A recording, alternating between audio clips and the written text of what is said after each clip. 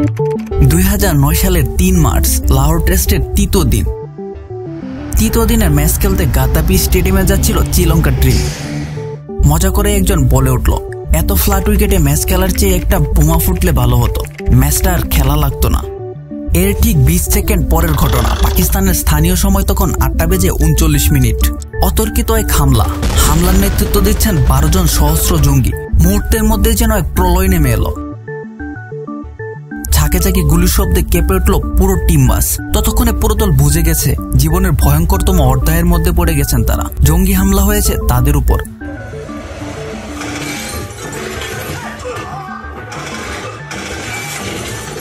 তারপর কি হয়েছিল তাদের সাথে একটু সময় চেয়ে নিচ্ছি। নতুন একটা জার্নি শুরু করেছি, আশা করি আপনাদের পাশেই পাবো, তাই চ্যানেলটা সাবস্ক্রাইব করে পাশেই থাকেন। ধন্যবাদ। 2009 সালের এই ফেব্রুয়ারি মার্চে পাকিস্তান সফরের মূল সূচি ছিল ভারতের, কিন্তু পাকিস্তানে নিউজিল্যান্ড টিমের উপর হামলা এবং পাকিস্তান ভারতের মধ্যে চলছিল তুমুল ঝামেলা, তাই ভারত পাকিস্তান সফরকে যথারীতি না বলে দেয়। আর এই সময় পাকিস্তানের চিরকালের ক্রিকেটীয় বন্ধু শ্রীলঙ্কা এলো পাকিস্তান সফরে। পাকিস্তান সরকার জানালো এই সফরে শ্রীলঙ্কা দলকে প্রেসিডেন্সিয়াল নিরাপত্তা প্রদান করা হবে। সফরের শেষ টেস্টের আগ পর্যন্ত মনে হচ্ছিল এই নিরাপত্তার কোনো দরকারই ছিল না।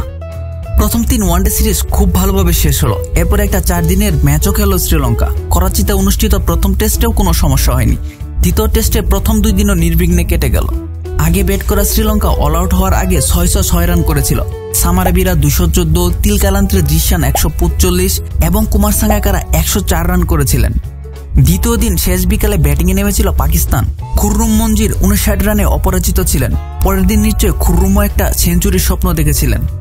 আর শ্রীলঙ্কার স্বপ্ন ছিল একেবারে নিখাত ব্যাটিং ট্রেকে কিছুটা হলেও পাকিস্তানের ব্যাটিং লাইন আপে আঘাত হানার। কিন্তু সবাই তখন রূপকথার অংশ হয়ে গেল। এই টেস্ট আর কখনো মাঠেই গড়ালো না। গাদ্দাফি স্টেডিয়ামের কাছেই ছিল শ্রীলঙ্কা দলের হোটেল। সকালবেলা তারা হোটেল থেকে রওনা দিয়ে লিবার্টি স্কোয়ারের কাছে পৌঁছে গেল।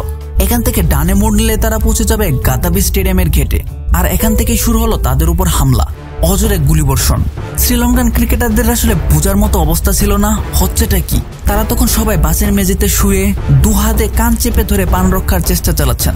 আর আক্রমণকারীরা সমানে গুলি চালাচ্ছেন বাস ও আগে পিছনে নিরাপত্তা কর্মীদের উপর। খুব দ্রুত আক্রমণকারীরা সফলভাবে নিরাপত্তা কর্মীদের ছত্রভঙ্গ করে দিল। কয়েকজন পুলিশ মারাও গেল। ঘটনার বিভৎসতা বোঝাতে সাঙ্গাকারা বলেন, তখন যেন নরক নেমে এসেছিল।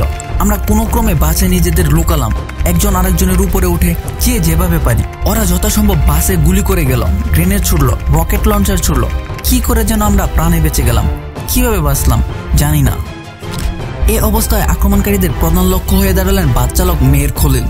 তাকে লক্ষ্য করে একটার পর একটা গুলি চালানো হলো, কিন্তু কোনোটা পাশ দিয়ে গেল, কোনোটা কাছে আটকে রইল, কোনোটা তার ছিটে গিয়ে লাগলো। আশেপাশের এই প্রবল গুলাগুলির মধ্যেও প্রবল বেগে অ্যাক্সেলারেটর চেপে ধরে রইলেন মেহের খলিল। একটা সেকেন্ডের জন্য তিনি বাস বন্ধ করেননি, গতি কমাননি, মাথাও নিচু করেননি। সাই করে এই গুলির ঝড়ের মধ্যে দিয়ে বাস চালালেন খলিল। গাদ্দাফি স্টেডিয়ামের গেট খলিলের খুব পরিচিত। এখান দিয়ে বাস ঢুকাতে কয়েকবার চেষ্টা করতে হয়। আজ কি যেন ভর করলো খলিলের উপর। বাসের গায়ে সামান্য আঁচড়ও না লাগে একেবারে বাস নিয়ে এলেন পার্কিং লটে। ইঞ্জিন বন্ধ করে কান্ত খলিল লুটিয়ে পড়লেন স্টিয়ারিং এর উপর। ততক্ষণে নিরাপত্তা কর্মীরা দুর্গ বানিয়ে ফেলেছেন পুরো গাদ্দাফি স্টেডিয়াম। খেলোয়াড়দের স্কট করে নিয়ে যাওয়া হলো ড্রেসিং রুমে।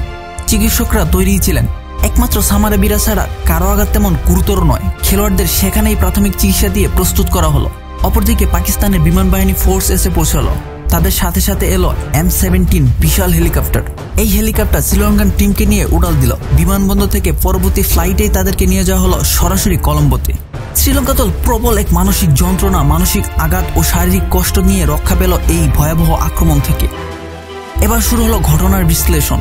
খতিয়ে দেখার পর জানা গেল পাকিস্তান পুলিশের 6 জন সদস্য এবং 2 জন বেসামরিক পথচারী নিহত হয়েছেন। আহত হয়েছেন বিপুল সংখ্যক পুলিশ, 6 জন শ্রীলঙ্কান ক্রিকেটার এবং আম্পায়ার আহসান রেজা।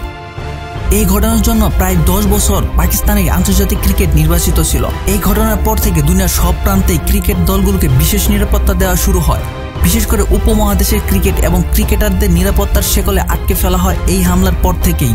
অপরদিকে এই ঘটনা 10 বছর পর 2009 সালে বাংলাদেশ দলের সামনে ক্রাইস্টচার্চে আক্রমণ আসলে একটা চক্র পূরণ করে দেয় ক্রিকেটে।